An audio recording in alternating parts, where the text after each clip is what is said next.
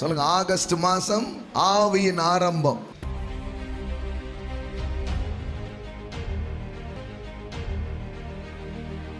பவுல் சொல்றாரு பாருங்க, ஆரம்பத்துல 2 வகை இருக்கு.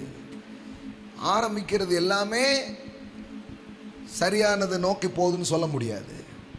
நாம பேசுகிற ஆரம்பம் ஆவியின் ஆரம்பம். ஆமென். பாருங்க, கடவுள் ஒரு வாக்குத்தத்தத்தை கொடுத்திருந்தார் இந்த ஆபிரகாமுக்கு, ஒரு குழந்தையை தருவேன்னு சொல்லி. இவன் கடவுளுடைய வாக்குத்தத்தத்துக்கு காத்திருக்காம இவன் என்ன பண்றான், அவன் மனைவி சொல்றதை கேட்டு அவன் வேலைக்காரி பெண்ணோடு இணைந்து ஒரு குழந்தைய என்ன பண்றான், பெற்றெடுக்கிறான். அவனுக்கு பேர் என்ன பேரு? இஸ்மவேல்.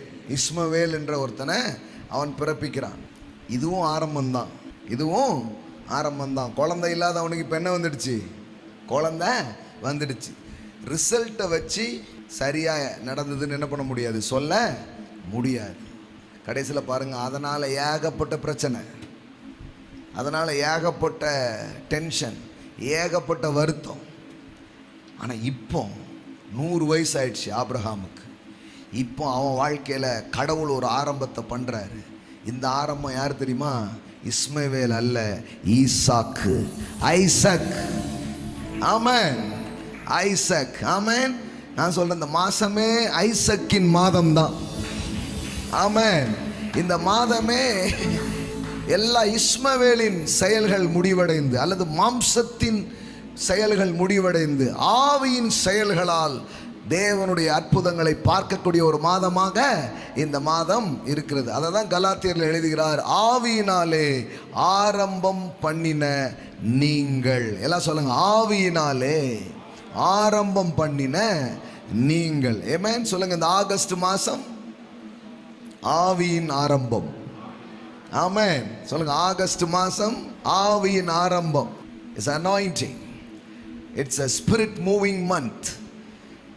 அப்போ நாமளாம் ஒன்று ஆரம்பிச்சு வாழ்க்கையில் கஷ்டப்படுறதுன்றது வேற.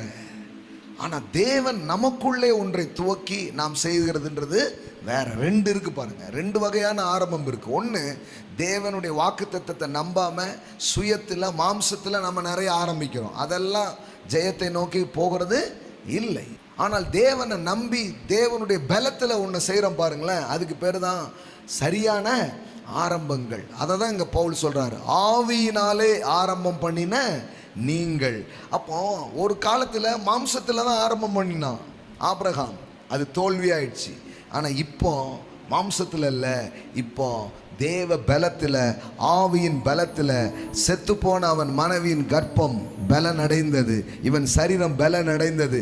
இப்பொழுது ஆவியானுடைய உதவியினாலே 100 வயதிலே ஈசாக்கை பெற்றெடுக்கிறான். ஆமென். எல்லாம் சொல்லுங்க, ஆவியின் வழியில ஆரம்பம்.